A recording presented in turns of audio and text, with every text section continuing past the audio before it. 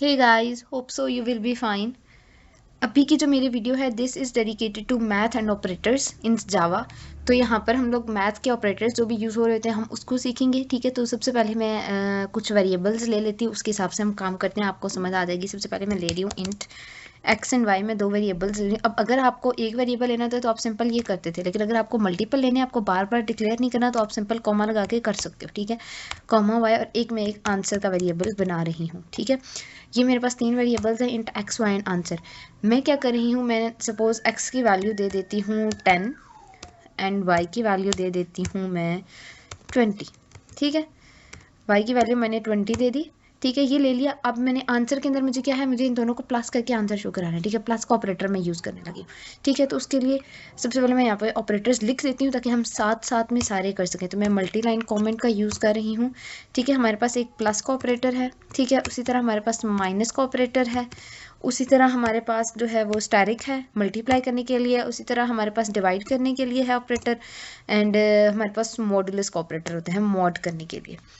ठीक है, तो ये सारे के सारे हमारे पास ऑपरेटर्स हैं। ठीक है, इनमें से हम कुछ कुछ यूज़ करके समझ लेंगे, सारे उसी तरह काम करते हैं। मैथ के ऑपरेटर्स हैं तो हमें मैथ को तो करना है, हम सिर्फ यहाँ पे देख रहे हैं कि ये कंपाइलर कैसे काम करेगा। तो हमने क्या करना है, आंसर के अंदर वैल्यू स्टोर करानी है। तो हम सिंपल क्या करेंगे, answer is equals to x plus y. Plus का हम यूज़ कर रहे हैं तो सिंपल हम लिखेंगे एक्स प्लस वाई।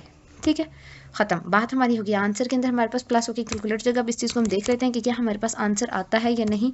तो हम लोग यहाँ पे क्या प्रिंट करा रहे हैं, हम लोग लिख लेते हैं योर आंसर इज। अब अगेन मैं एक स्ट्रिंग और एक वेरिएबल को आपस में जोड़ रही हूँ, तो मुझे बीच में प्लस सिंबल यूज़ करना है। ये प्लस सिंबल एक्चुअल में कॉन्केटिनेशन होती है, जो कि एक स्ट्रिंग को और एक वेरिएबल को आपस में ज्वाइन कर रही होती है। ठीक है, तो यहाँ पे मैं लिख दूंगी आंसर, क्योंकि मेरा जो आंसर है वो आंसर वाले वेरिएबल में सेव हुआ है। ठीक है, अब यहाँ पे आपको समझ आ गई कि मैं मीनिंगफुल यूज़ करने लगी। मैंने आंसर शो करना है तो मैंने नाम ही उसका आंसर रखा है, ताकि मुझे याद रहे कि ये वाला वेरिएबल आंसर शो कराने के लिए था। ठीक है, अब मैं इसको रन करके देखती हूँ कि क्या मेरा आंसर आता है या नहीं। तो ये देख लो, योर आंसर इज़ 30। यहाँ पे स्पेस डाल देते हैं ताकि ये अच्छा सा दिखे। योर आंसर इज़ 30, ये देखो मेरा आंसर आ गया, योर आंसर इज़ 30। सिंपल इसी तरह अगर मुझे माइनस करना है तो सिंपल मैं यहाँ पे ऑपरेटर को चेंज करके माइनस कर दूंगी। ठीक है, एंड लेट्स सी कि अब ये क्या आंसर देता है।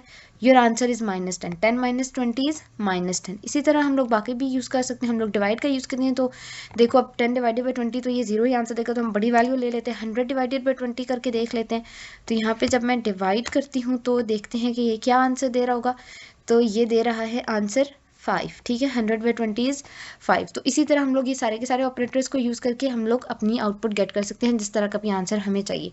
होप सो आपको समझ आ गई होगी, और thank you so much for watching. एक और चीज़ बता दूं कि यहाँ पे कोई भी लाइब्रेरी यूज़ नहीं हो रही है इसके अंदर। ठीक है, अब C++ के अंदर आप करते थे तो आपको बहुत सारी लाइब्रेरीज़ के साथ डील करना पड़ा होता था, लेकिन यहाँ पे कोई नहीं है, क्योंकि ये काफ़ी एफिशिएंट लैंग्वेज है। ठीक है, और thank you so much for watching. कोई क्यूरी है तो कॉमेंट सेक्शन में पूछ लीजिएगा।